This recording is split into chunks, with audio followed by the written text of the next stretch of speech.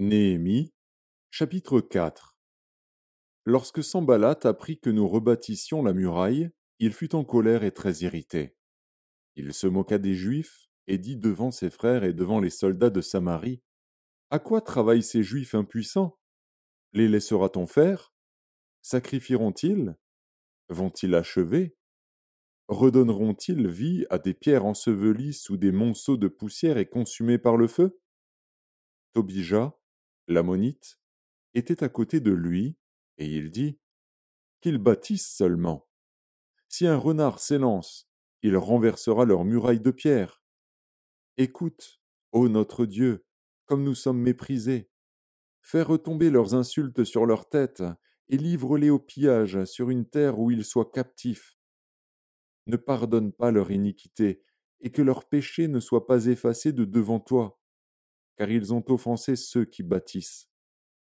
Nous rebâtîmes la muraille, qui fut partout achevée jusqu'à la moitié de sa hauteur.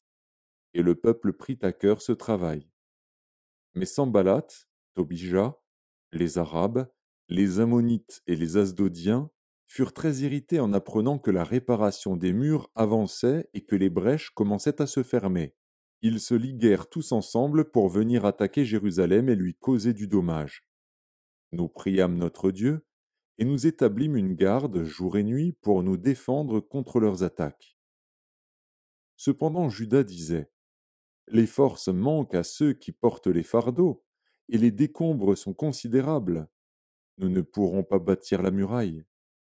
Et nos ennemis disaient: Ils ne sauront et ne verront rien jusqu'à ce que nous arrivions au milieu d'eux. Nous les tuerons, et nous ferons ainsi cesser l'ouvrage. Or les Juifs qui habitaient près d'eux vinrent 10 fois nous avertir, de tous les lieux d'où ils se rendaient vers nous. C'est pourquoi je plaçais, dans les enfoncements derrière la muraille et sur des terrains secs, le peuple par famille, tous avec leurs épées, leurs lances et leurs arcs. Je regardais, et m'étant levé, je dis aux grands, aux magistrats et au reste du peuple: Ne les craignez pas, souvenez-vous du Seigneur, grand et redoutable, et combattez pour vos frères, pour vos fils et vos filles, pour vos femmes et pour vos maisons. Lorsque nos ennemis apprirent que nous étions avertis, Dieu anéantit leurs projets, et nous retournâmes tous à la muraille, chacun son ouvrage. Depuis ce jour, la moitié de mes serviteurs travaillait, et l'autre moitié était armée de lances, de boucliers, d'arcs et de cuirasses. Les chefs étaient derrière toute la maison de Juda.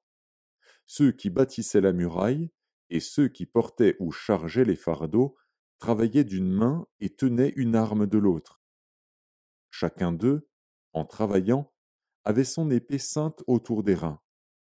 Celui qui sonnait de la trompette se tenait près de moi. Je dis aux grands, aux magistrats et au reste du peuple: L'ouvrage est considérable et étendu, et nous sommes dispersés sur la muraille, éloignés les uns des autres. Au son de la trompette, rassemblez-vous auprès de nous, vers le lieu d'où vous l'entendrez. Notre Dieu combattra pour nous. C'est ainsi que nous poursuivions l'ouvrage, la moitié d'entre nous la lance à la main depuis le lever de l'aurore jusqu'à l'apparition des étoiles. Dans ce même temps, je dis encore au peuple: Que chacun passe la nuit dans Jérusalem avec son serviteur. Faisons la garde pendant la nuit et travaillons pendant le jour. Et nous ne quittions point nos vêtements, ni moi, ni mes frères, ni mes serviteurs, ni les hommes de garde qui me suivaient. Chacun n'avait que ses armes et de l'eau.